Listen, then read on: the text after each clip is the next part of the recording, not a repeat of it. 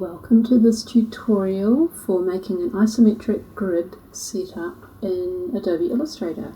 So I have here a A4 landscape page. It's set in RGB and it is 300 dpi for the raster settings. I'm working on a Mac and I have my workspace set to a custom workspace, but the closest you can get would be Essentials Classic, and that will put most things in similar locations. I'm going to start by using the line segment tool over here, and it doesn't matter what colour you have for the stroke, but note that I have actually changed, so the fill is blank, is empty. So I'm just using a stroke. I'm going to zoom out a little bit so I can see above and below my artboard, and I'm going to start maybe about 50% of the height above and go 50% below, so it's longer and taller than the artboard, and I'm holding shift to make it nice and vertical. And the next thing I'm going to do is I'm just going to use the black arrow tool, and I've placed it against the left side of the page, and now I want to make duplicate that all the way across, so I've got stripes, vertical stripes. To do this, I'm going to go up to the Effect menu, down to Distort and Transform, and choose Transform. And you get this dialog box. I just check that preview is turned on, and then I'm going to use the Move horizontal. So you can type any amount here you like. The preview won't show up until you do one of two things. You can either click in the next box and then the preview shows up, or you can press Tab on your keyboard, which is what I normally do, and then it will just give you a preview of what's going to happen. If you press Enter on your keyboard, that's equivalent to pressing OK, and I don't want to do that just yet. So I've done some tests, and I want to set this up at 3mm and press Tab, and there we go, so it's quite a small distance, and I want to make enough copies to at least cover this page and potentially go further. So you can type in a number of copies here. So if I put 2 and then press Tab, you see we get a total of 3 lines, the original line plus 2 copies. So I'm just going to press my mouse cursor in here once and then use the scroll wheel to scroll up and quickly cover the page. And as you can see, I've gone a little bit further. Now the interesting thing here is you need to have your total number of lines needs to be an odd number of lines. So that means you need an even number in here, because then always you will add on that single first original line plus that number of copies. So I'll have 134 copies plus 1 equals 135, which is an odd number, so I'm going to go OK.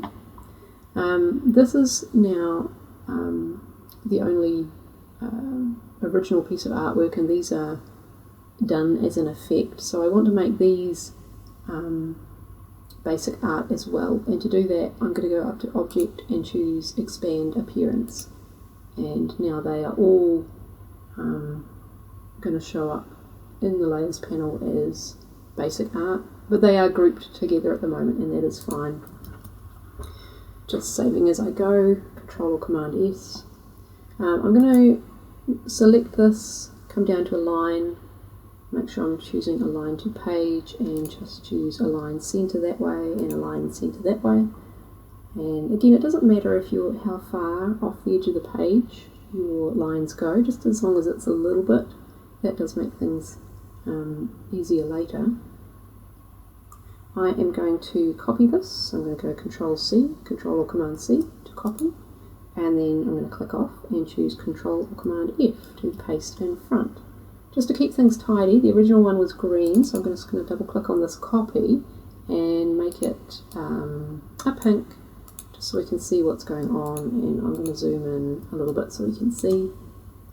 So if I click off, you can see that now we've got the pink on top, and when I select it, it's still showing pink there. I want to rotate this now, so you can go back up and do it by Effect, Distort and Transform, and then adjust the rotation settings, the angle settings. However, then you need to expand appearance again. So this time I'm just going to go to Object, Transform, Rotate, and we can see we've got Preview on there, and I actually need this to be 60 degrees positive 60 degrees, and again there's nothing else to tap onto, so I'm just going to push tab, and that is going the correct way, and go OK. And I'm going to go back and select the vertical ones again and copy them, paste in front, Control F, and this time I'm going to change them to, let's go with an orange, and this time come up to Object, Transform, Rotate, and I'm going to set it to negative 60 degrees and just push tab, and it should go the other way, and we've got our grid there. That's pretty much all we need, so I'm going to go OK and save that as we go. If I zoom in here, we can see that we have indeed got things nicely lined up, and that's due to the fact that we started with an odd number of stripes, lines. So these are all lining up nicely. It's very good. We've got extra coming over the side of our page, which is also very good. I could scale this down. We've got, I could make the rectangle larger, or I could scale the grid down if I wanted to. What I'm going to do is I'm going to convert these into guides, and to do that I'm going to leave this as a working copy on this layer, and I'm going to duplicate that whole layer by dragging it onto the plus icon, which is way down there. So I'm going to drag that whole layer 1 onto the plus icon, and then we have 2 copies. So this bottom one, layer 1, I'm going to lock it and turn the visibility off so I don't get confused. This one here, I'm going to double click on it and call it guides.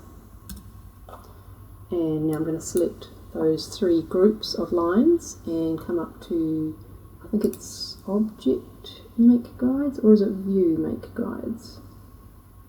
Guides, View, Guides, Make Guides. Right, so it has changed them all to be the same colour, which is lovely, and they are, on my system, they are locked, so they shouldn't be moving, but you can, if you right click in a clear space, you can choose to lock or unlock guides, and I'm just going to make sure that it is set to locked, so like this. So that's what I don't want to accidentally move these fellows. And now I can come in here and with my pen tool, I'm just using that orange colour again. I come in, I can start drawing my shapes. So I'm going to start off at an intersection and come down.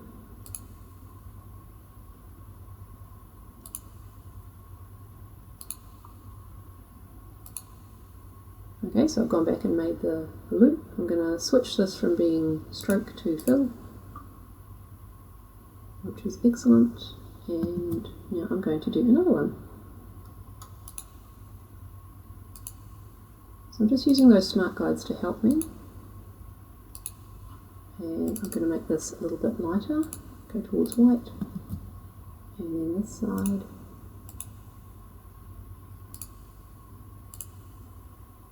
See the little loop icon indicating that you're going to close the path. Always good habit to work with closed paths. And now I have my artwork. A great thing you can do, because of course this is on the guides layer, and our guides are down here, so I can even lock those. You can turn them on and off individually if you need. You can also hit Command, is it Command semicolon? Yes, Command semicolon will hide and reveal guides. So that is under View, Guides, Hide Guides. So this is the keyboard shortcut, and I use that quite often because these are quite visually busy. So if you just want to see your artwork without the guidelines, you can do that. So now I can come in here and continue building. I'm going to click on that one, and then I'm going to build a little shape coming out the front. So I'm holding Control or Command, I'm clicking on that one, then Control Command A to deselect it. So what that does is it just picks up the colour, which is quite handy. And I'll just click around here and see I've made a little bit of a boo-boo there by the looks. Yes, so I'll show you how to fix that in a minute. This one here doesn't look so flash either. So I've just clicked on A, which gives me the direct selection tool, which is great for selecting smaller things like individual points. This one here, you can see I've got a problem. I'm going to bring this pale one to the front, so I'm going to right click and choose Arrange Bring to Front. Very worth your time remembering these keyboard shortcuts here. And again, A, and just drag that up there. So it's not perfect, but you want to make it as perfect as possible. So I'm going to draw the side. Yeah, I'm just going to pay attention to slowing down when I want to make those clicks. And this is the wrong colour. I need it to be that dark colour. So I'm going to jump over to the eyedropper tool and just slip up that colour. And now if you use Control or Command semicolon, I can get a preview, and I can see there's a little error down here as well.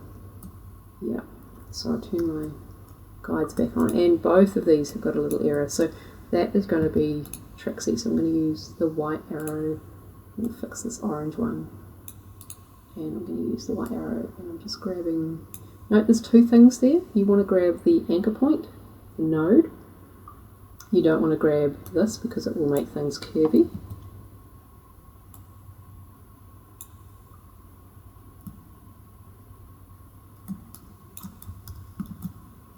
There we go.